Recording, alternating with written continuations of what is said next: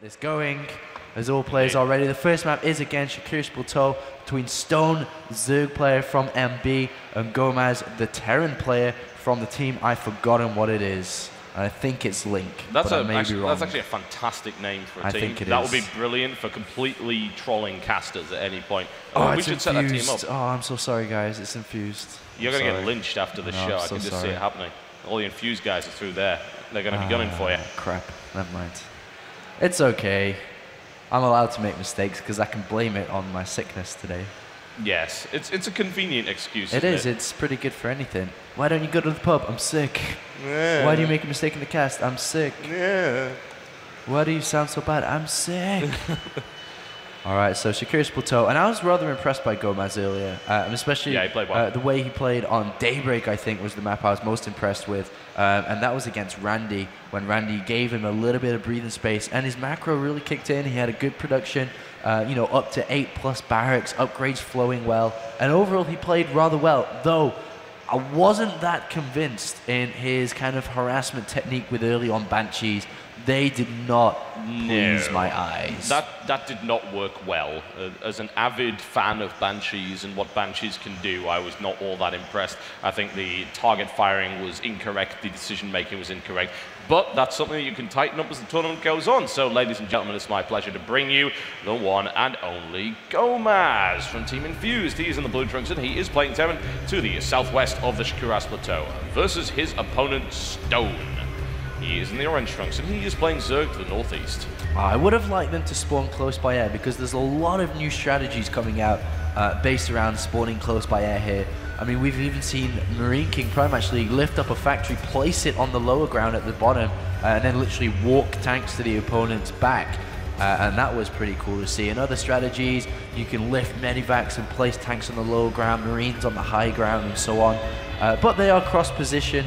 Which means it'll probably be a little bit of a slower game, though Stone is involved in, and any games I've seen Stone involved, if he can have the opportunity to be aggressive, he will definitely do so. He is a very aggressive player, but as I said earlier, he does back it up with quite solid mechanics, usually, as he is a brutal player, which is rather important when it comes to mechanics. Yes, it is. There's a refinery coming down right there for him, really normal opening, nothing out of the ordinary there whatsoever, and Stone will be going for hatchery first, which is also extremely common against Terran. Indeed it is, and this barracks placement not within the wall off, but he wants to be the wall only with supply depots, which is why the barracks is there. And I wouldn't be surprised if we did just see Reactor Hellion opening. It is the most safe opening to have because it gives you versatility. It also allows you to have map control, which is so important, especially against Zergling speed.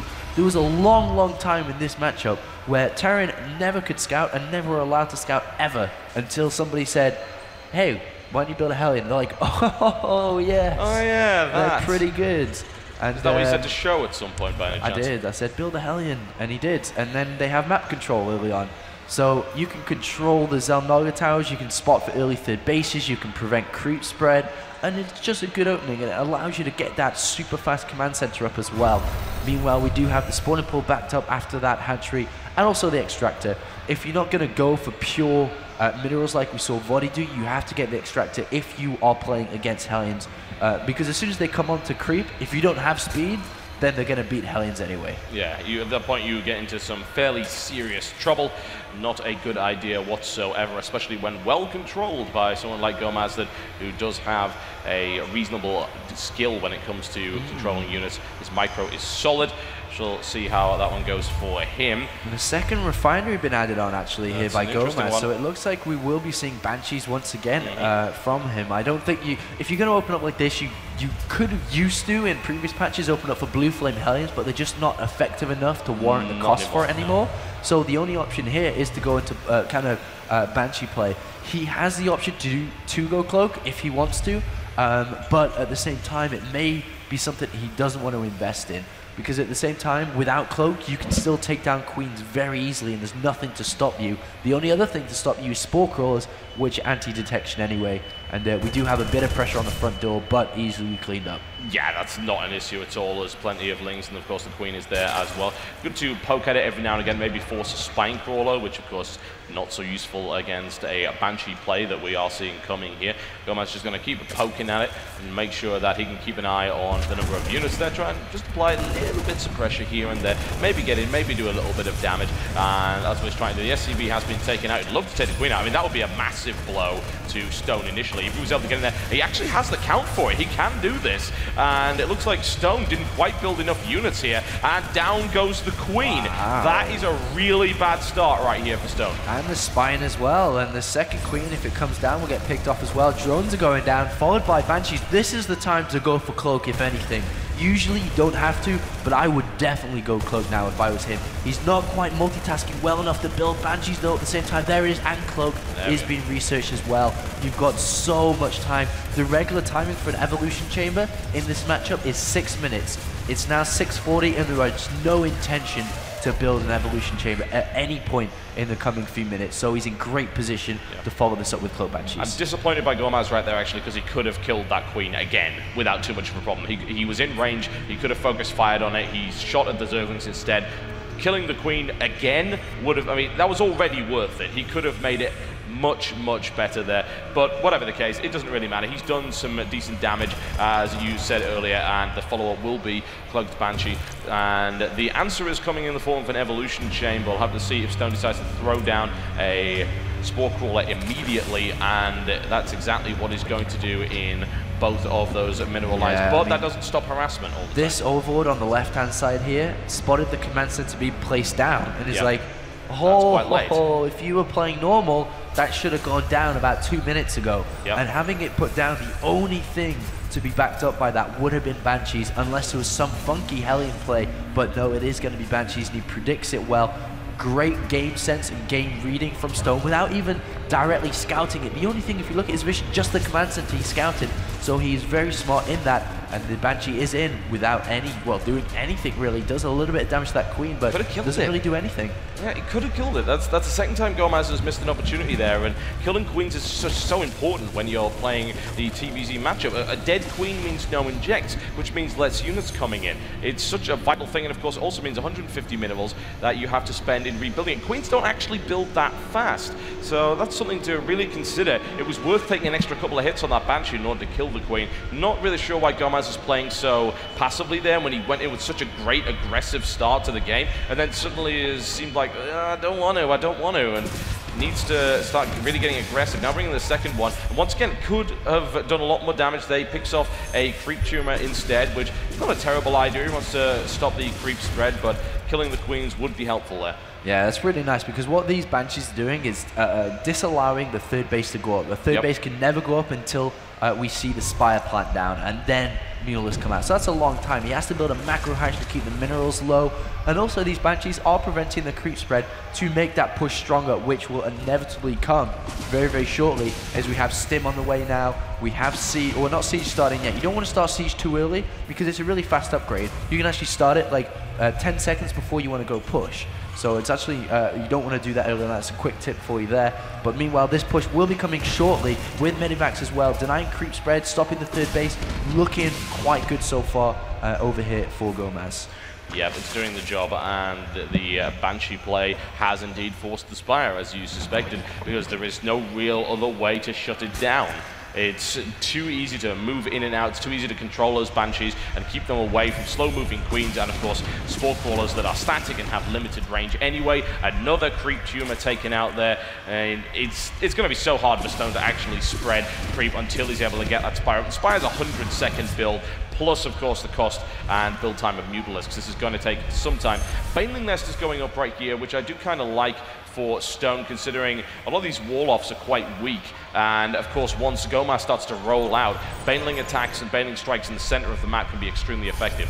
Yeah, he should have already started moving out. I'm a little bit surprised if he's going to wait and just take an early third, you know, that he's not really doing. I mean, it's okay to do so, but I would have liked to see this attack come in from Gomas to kind of punish the timing of a Spire, and now he's allowed the Spire to come out. He's going to allow Mulis to be made as well, and he knows it. He knows that the Mulis are going to be out anytime soon, so he's not actually going to push, which is a little bit surprising, and there he's just going to take the more defensive foot and sit back. And this is going to keep him in the base for a lot longer. But still, the Banshees deny another drone from going out. So many times a drone has been trying to move out to get that hatchery up, but denied consistently. Very nice play with these two Banshees. Really, I mean, they started off not doing that much damage with Cloak invested, but they've made their worth by now. Yeah, they have. They've prevented this third base, which is so crucial in this matchup. Stone is desperately looking to try and get that, and he's been forced to actually build Mutalisks in order to secure that. He's invested a lot into tech, and is spending a lot of gas on two bases as well. His ground army is not that large. It's mostly links. Finally, they get cleaned up. Yes, indeed they do. Gomas can actually split off here if he's... Never mind. He actually doesn't have any cloak energy. If you notice, Gomas actually cloaks whenever there's like a drone or a ling or anything near it. He cloaks all the time. So he was on very, very low energy there. Whatever the case, that's the opportunity right here for Stone to expand. But that is the moment where Gomas decides time to roll out. Excellent timing here. He's going to punish the third and fourth base going down, because when you've been delayed for this long, 30 minutes in the game, you don't just take a third, you take a fourth as well to actually catch back up. And Gomas is going to move out now and basically go siege underneath the natural where the creep is non-existent. The problem is bailing speed is done, and if he doesn't know about this and gets caught off guard, okay, he does siege up. He can now start to bunny hop towards there. Bit of a loose stim though, but he does have a lot of mini-back energy here. And are we going to see some nice tank picking? Ooh, this is going to be close because he is in a lot of danger. There's a lot of lings and bailings here. Yeah, he's in a very, very perilous position here. He needs to watch out. Another stim there, sending a few lings on to try and deny the base down the bottom. It's not enough to kill it. The Mutas taking huge damage. The army! Oh no, here come the Banelings, and down go the siege tanks. The Marines split up far too much in order to deal with that. They did kill a lot of Mutas, but the tanks have been cleaned up, which means the threat to this third and fourth base is now eliminated. Unless, of course, Stone decides to forget about that. Yeah, he's going to go clean that up, no problem whatsoever. Yeah, and a Viking on the south one as well, not going to do anything either there. And he has got a third base up and running, and this is the thing with Gomas. Once he gets these bases up and running, you know, he starts to produce a lot of units. He should be starting to add on. Actually, he has already the second factory. Didn't see that. Does have the second factory and a lot of barracks now. Added on 5 in total. Will want to add on more soon. And the upgrades are currently 0-0. 1+1 just about to finish. The armory going down as well. +1 armor starting immediately. But he should be looking for another push out soon. But at the same time, he is playing against this Mulis style to begin with. Actually, as he stopped producing Mulis overall, he's at 8. And he has gas, but he isn't building any more whatsoever at the moment. So it looks like we are just going to stop building Mulis for a little bit. And then maybe take switch out of it. That's interesting to see.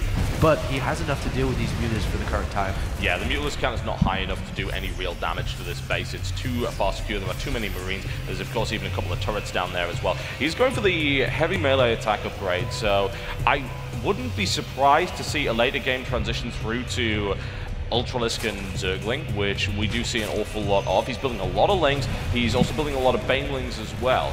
Infestation Pit is coming down. Now, of course, that doesn't mean that he's just going to build that to go straight for the hive. He can use those infestors. But at the moment, he's got to be concerned about Gomas trying to put on this really hard contain. And that hatchery has actually taken a lot of damage. It would only take a small push for that hatchery to go down. And I think Gomas realizes that. He's going for it. Baneling's coming out in order to crash into that, but they're easily target fired down. This is what I'm worried about over here. Yeah, really great position by Gomas. He's going to kill the third, he's going to kill the fourth eventually. And look at that, these lings are bailings. Oh no, the tanks aren't actually sieged. They will be able to kill the bailings though. It needs to lift the supply depot. Oh no! Gomas, what are you doing? Oh dear, that's disastrous. And Stone now into the main. So much damage can be done here. What it's going to do is it's probably going to force Gomas to pull back, and it's also going to leave this position dangerously exposed. Could be taken out by a link counter-attack. Those Marines continue to work their way through there. They've taken out the third. More links coming in, and Gomas pulls the majority of his forces back, and the Marines to try and clean everything up there. Some damage has certainly been done. Not as many workers killed as I would have liked, though, and the worker count for Gomas is still fairly healthy. Yeah, he gets into a good position. These Marines at the south side eventually die off to these lings and bailings. There's not enough there. Great spread, but there was just too many Zerg units there. Actually, one Marine survives with 1 hit point. and a little tickle and does fall over eventually. But the fourth base now is up, well, just about to be up for Gomas in the center of the map. Will go and take that fourth base very, very shortly here. And once again, we're coming to a scenario where we have the Zerg player on 3 bases and the Terran player is about to be on 4 again. Gomas is doing this, and he's done it so wisely, and he's going to be able to push and once again hold this position. He actually doesn't even need to go to the natural, to be honest. Hold this position, prevent the Zerg player from actually mining. You happy all day long. Bailing's crashing into those 2 tanks at the front right there, but again, that's a lot of gas invested for that trade, and there's plenty more tanks to back that up. Most of the Marines stayed alive, which is the most important thing. 3 Mutalisks right here being given away by Stone to Gomas as some kind of parting gift as he pushes his way into the natural. And really, there's not an awful lot that Stone can do to stop this. There's a mass Bailing morphin over there, and Gomas sees it. He is well aware of that. He would love to try and pick that off. A lot of Overlords being slaughtered and gunned down. I think the supply count speaks for itself at the moment. Yeah, this is one last ditch effort here from Stone. Bailings and drones, the best combination ever, is going to just it's about nice clean to this watch, up. isn't it? But that really was what was left of Stone's army. GG. There you go. Gomas playing extremely well there. And Stone actually with the heaviest supply block I've ever seen. I think he was 100 supply.